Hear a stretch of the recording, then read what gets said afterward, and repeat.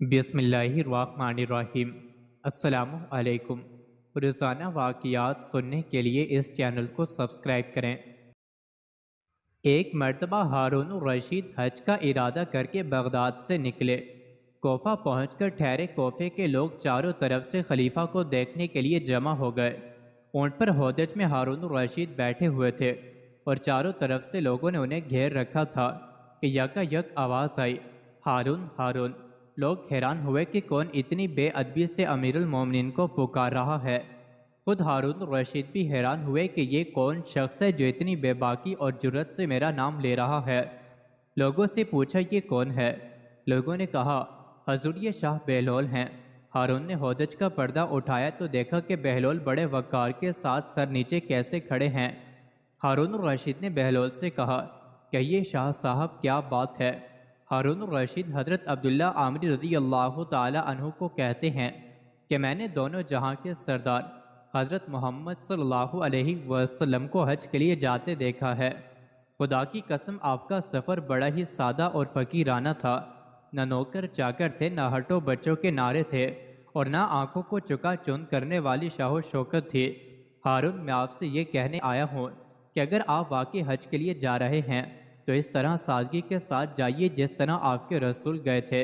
یہ شان و شوکت چھوڑ دیجئے، یہ ہٹو بچوں کی آوازیں بند کر دیجئے، یہ نوکر چاکر رخصت کیجئے اور خدا کی عظمت و جلال والے گھر میں عاجزی اور تواضع کے ساتھ حاضری دیجئے۔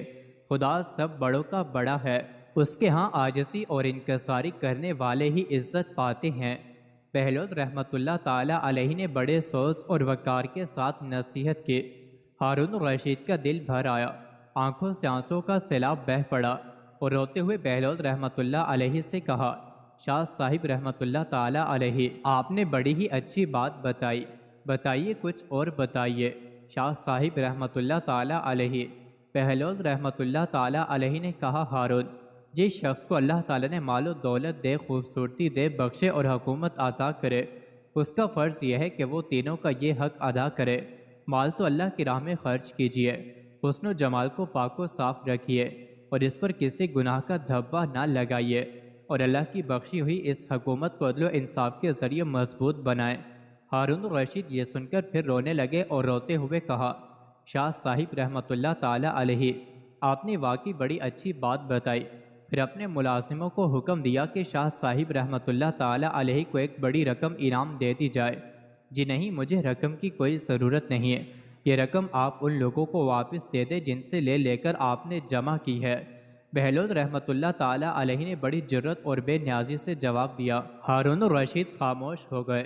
تھوڑی دیر کے بعد پھر بہلول رحمۃ اللہ تعالی علیہ سے بولے اچھا شاہ صاحب رحمۃ اللہ تعالی علیہ آج سے آپ کھانا ہمارے ساتھ کھایا کریں۔ بہلول رحمۃ اللہ تعالی علیہ نے ہارون الرشید کی یہ پیشکش بھی ٹھکرا دی اور عجیب انداز سے سر آسمان کی طرف اٹھاتے ہوئے کہا ہارون میں اور آپ سب اللہ کے بندے ہیں اور وہ ہم سب کا پروردگار ہے۔ یہ کبھی نہیں ہو سکتا کہ وہ آپ کو اتنی بڑی حکومت بخش دے اور مجھے 2 وقت کی روٹی بھی نہ دے۔ یہ کہا اور روانہ ہو گئے۔ مزید ایسی ہی ویڈیوز کے لیے چینل کو ضرور سبسکرائب کریں۔